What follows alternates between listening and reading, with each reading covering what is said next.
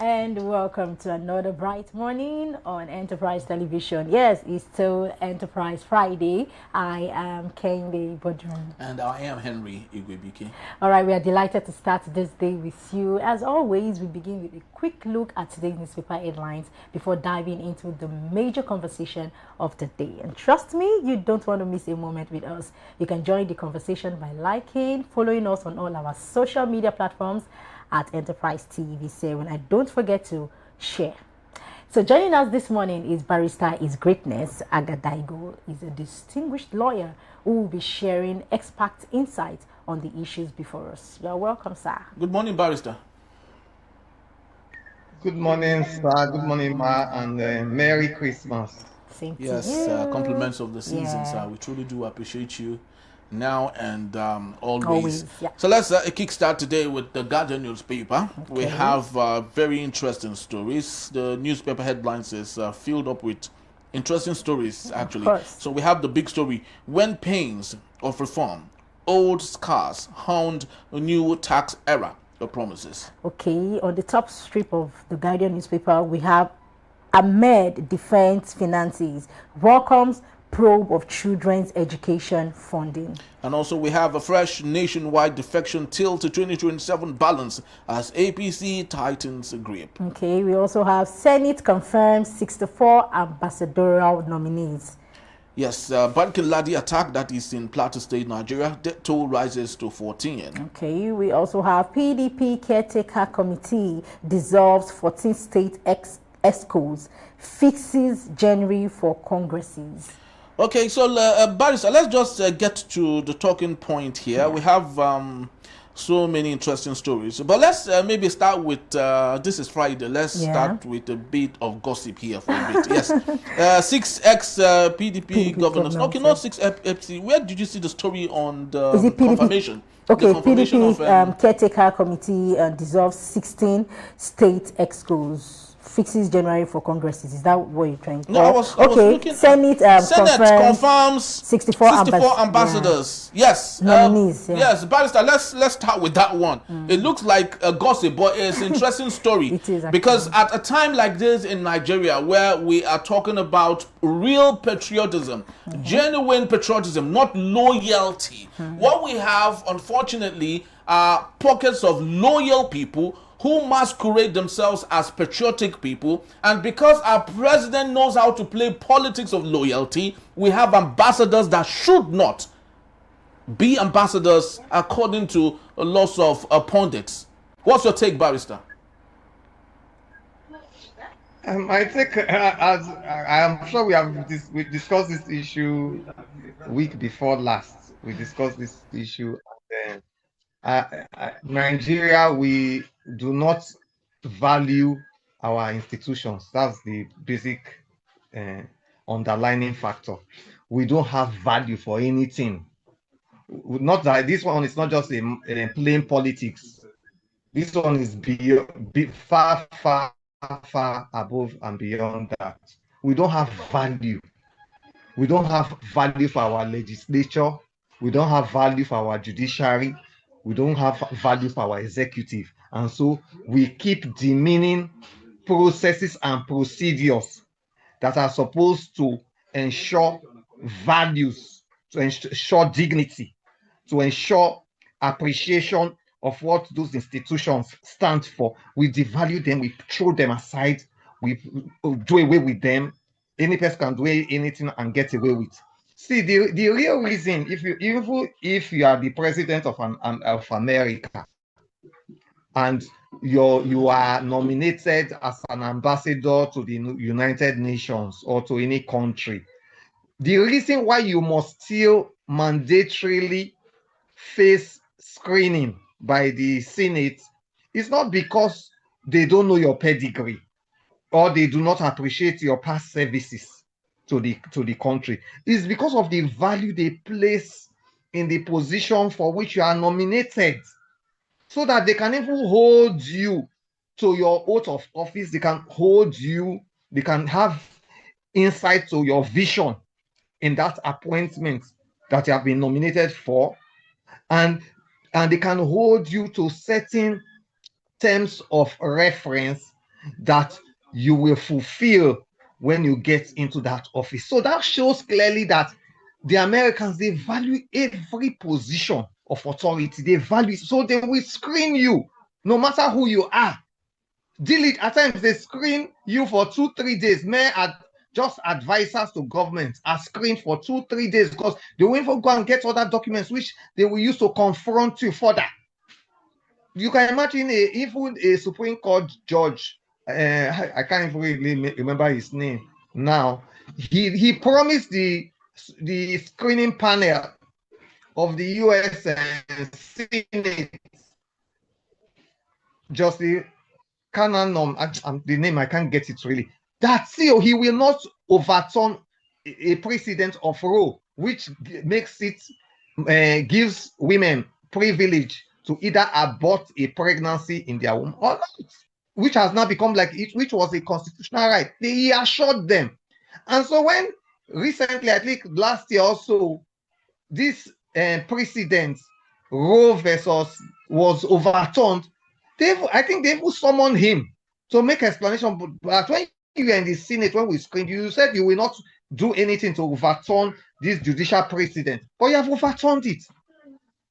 So they screened him seriously, not because they do not value him, but because they value the position of being, the office of being a justice of the Supreme Court of America. So if we truly value the office of being a minister in the Federal Republic of Nigeria, if indeed we really value the position of being an ambassador of Nigeria to any country of the world, we must not do bow and go. It means that we do not value those positions. We don't value them. Because you can imagine that you are the owner of Dangote refinery, which you have invested almost 15 years on that project, and you have also invested over $20 billion. Most of this money were not your own. You had to put a stake, 30% stake of your total equity, total holding as a collateral to get that loan. Then you want to employ the chief executive officer of Dangote, even if he was highly recommended, even if his pedigree, you will not tell him to come before the interview panel and bow and go for that kind of high stake project, which can put you into penury, which can put you into eternal liability. You tell him, come and bow and go. You cannot do that because you value that project. So this bow and go culture is because our representatives in the Senate, they do not value, especially the presiding officer of the Senate, who is Godswill Akpabio. It doesn't value. If you value it, it will be a rigorous checkup. Rigorous, not just mere casual question and answers. Rigorous screening, rigorous interview, rigorous interrogation, because we want to ensure that the right peg is fixed, is duly fixed in the right hole. So that is what you must do. So it shows that, number one, our representatives in the Senate, number one, they do not even know why they are there. With due respect to all of them in this entirety, that's number one.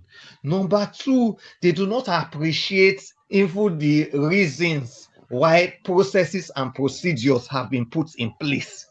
There's a reason why you need to thoroughly screen nominated candidates before you confirm them for appointment. So their action shows that they do not appreciate the rationale, the ratio decidendi, the reason behind those processes and procedures. Sorry to say, it's most unfortunate, but they do not appreciate the reason, the rationale behind the establishment of those time-tested procedures, which endure not only in Nigeria, that is still an infant democracy, but which endure and is even stronger in older and ancient democracies like America, that is over 230 years old. And thirdly, it shows that they do not have any value for these offices that the oversight over. They do not have any value. They take them for granted. They take them lightly. And that is why we are where we are. And it is so unfortunate. Even after all we have suffered in recent time, after these years, if this kind of culture can still endure, can still be sustained, can still be even, this culture is being improved upon daily with new innovations of bow and go, then it is more fortunate. And you can ask, you and I can ask ourselves, where do we go from here? Where do we go from here? That, and two, what output do we really expect from these ambassadorial nominees who were lightly interviewed, who were given a free pass? What should we expect from them? Should we expect good results? Should we expect poor performance? Or should we expect outright failure from the word go? The question is for you and I to answer. Okay, thank you. You've really said a lot, and I feel a time will tell. For the question you just asked, time will tell.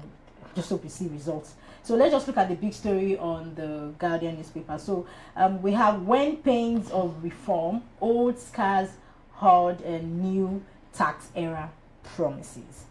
So we already know the tax reform. We know we're going to be starting. It's going to be taking place the 1st of January 2026.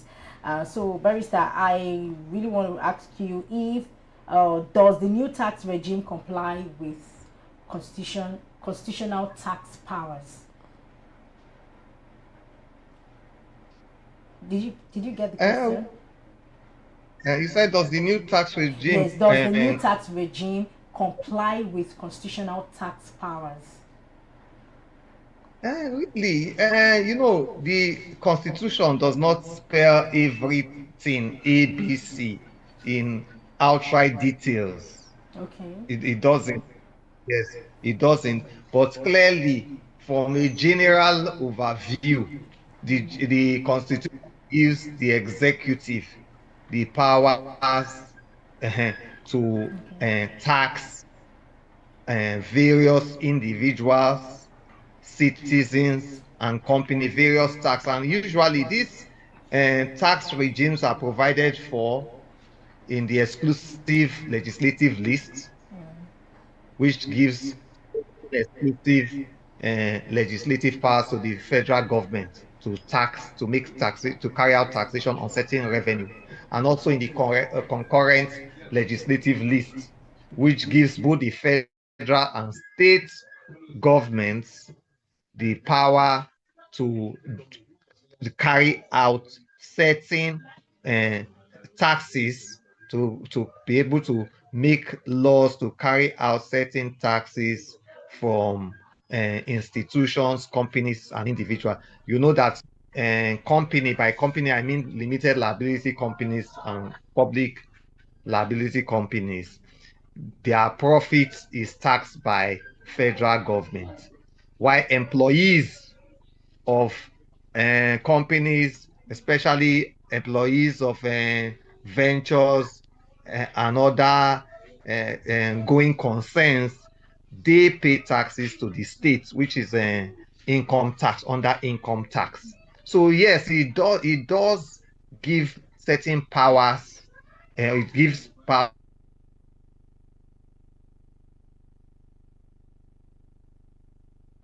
Are you there, Barrister?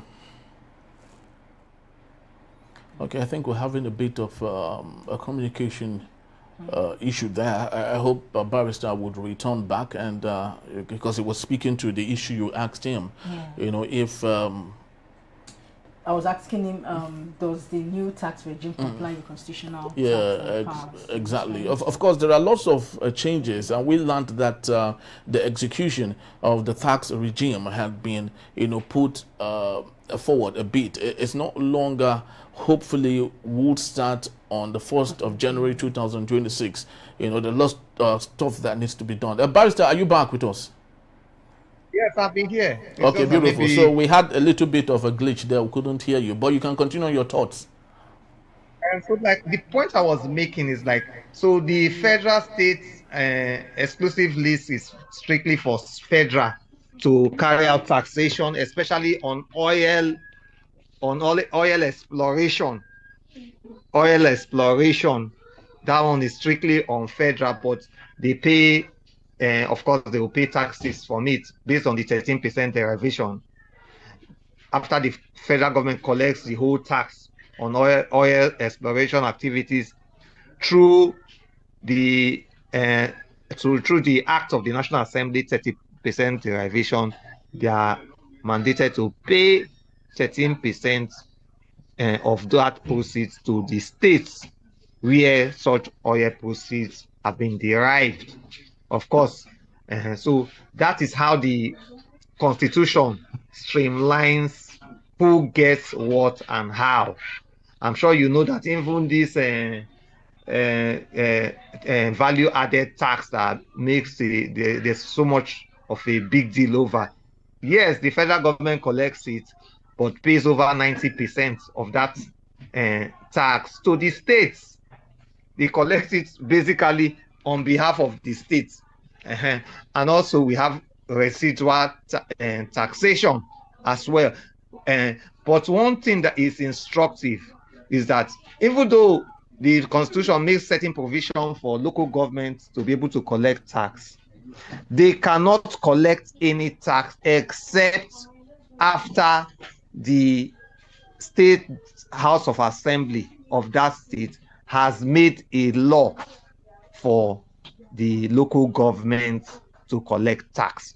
So local governments are actually notwithstanding the just delivered judgment of the Supreme Court last year, local government constitutionally are actually an appendage of the state government constitutionally, because they cannot viably carry out any function. They do not have any financial autonomy.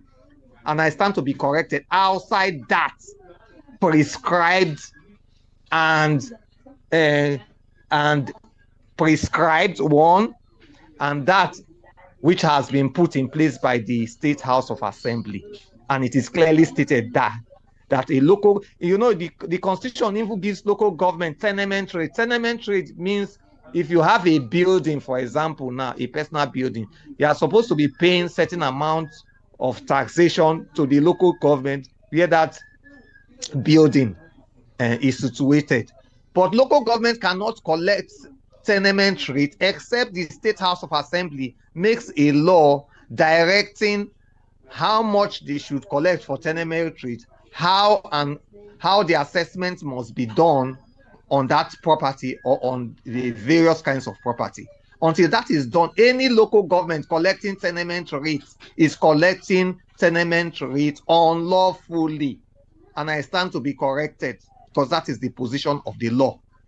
So what many state governments many at times do is that the tax provisions for local government, they end up through the State House of Assembly shelving it to agencies of the state government, and the local government cannot do anything about it, because it is until the State House of Assembly, and I'm saying it repeatedly, makes provision for local government autonomy.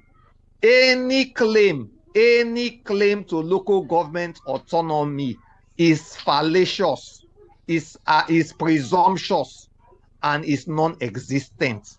And that is based on the Constitution, Section 7, based on the Constitution of the Federal Republic of Nigeria. Until that aspect is amended, local governments in the federal Republic of Nigeria, the 774 local governments will continue to remain financial appendages to the states to which they belong.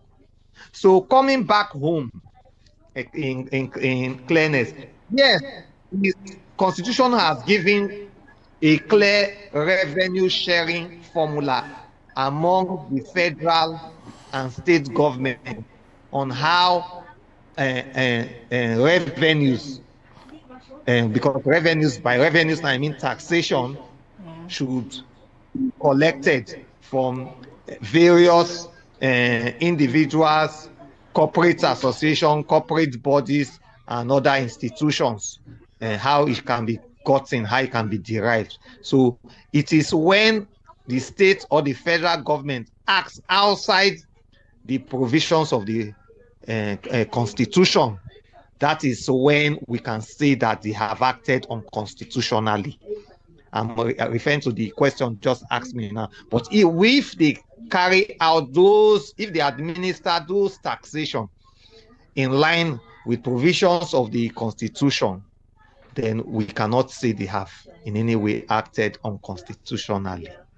That is my Thank you submission. so very much, Barrister. Of course, we have to talk about it more, especially with the autonomy of the local government in a bit that is in our main conversation when we return. No autonomy without cash to local government areas. Tinubu tells governors to free local government funds. This is exactly what Barrister was talking about. So let's see if we can, digest that more. Barrister will still be here to take us on that. Please don't go anywhere. Stay with us.